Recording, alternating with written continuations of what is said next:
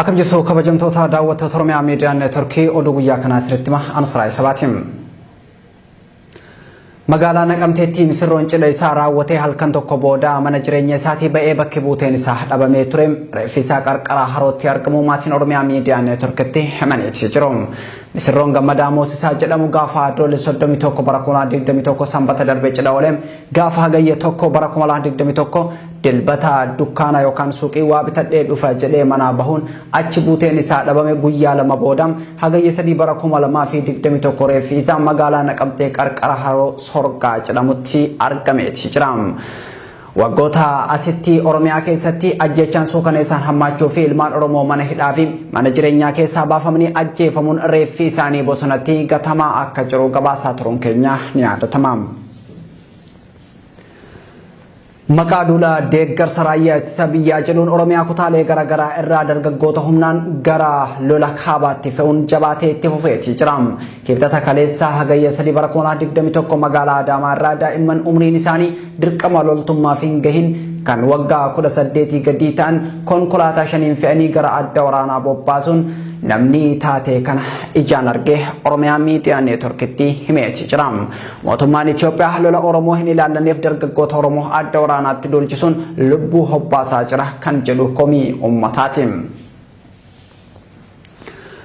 Gama biraatiin Ameerikaan gargaarsi namoomaa Tigraay akka dhaqqabuuf hunduu dhukaasa dhaabuu qaba jettee ibsa karaa imbaasii ishee kan Finfinnee jiruun baasteetii jirti. Kan tolchuuf Eertiraan guutumaan guututti yeroo dhumaatii fi Itoophiyaa gallakkistee akka baatu TPLF Afaarii fi Amaara mootummaan naannoo Amaaraa immoo lixa Tigraay keessaa akka ba'an irra guddoon USAID Samantha Power gaafatteetii jirti. Waraanni kaaba Itoophiyaa diiguuf boqonnaa murteessaarra jira jedha International Crisis Group. Waraanni kun Afrikaa bahaatiifis balaa guddaa ta'uu isaa eereetii jira. Gama biraan biyyoonni Afrikaa Itoophiyaa daandii Ruwaandaa irraa baraaruu qabu jedhan Yuunivarsiitii South Floridaatti gargaaraan Profeesara Edward Kees.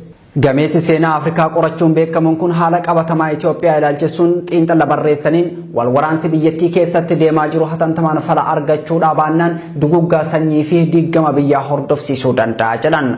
Rakkoon biyyattii baha Afrikaallee kan gaaga'u waan ta'eef keessumaa biyyoonni Afrikaa tooftaa ittiin gidduu seenan barbaadu akka qaban dhaamaniitii jiru. Mootummaan Itoophiyaa dhaabbilee gargaarsa namoomaa idil addunyaa lama ogguruun beekame.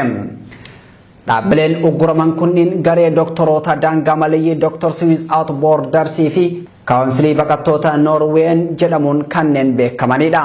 Yeroo gargaarsi namoomaa biyyattiitti haalaan barbaachisaa ta'ee jirutti dhaabbileen kunniin ogguramuun gaaga'amaa jiru hammeessuu mala sodaa jedhu uumeetii jira. Tole kabajamtoota daawwattoota Oromiyaa Miidiyaa Neetworkii oduu namaaf qabanne kana fakkaatan Ansaraay Sabaa ture. Horaa bulaa deebanaa.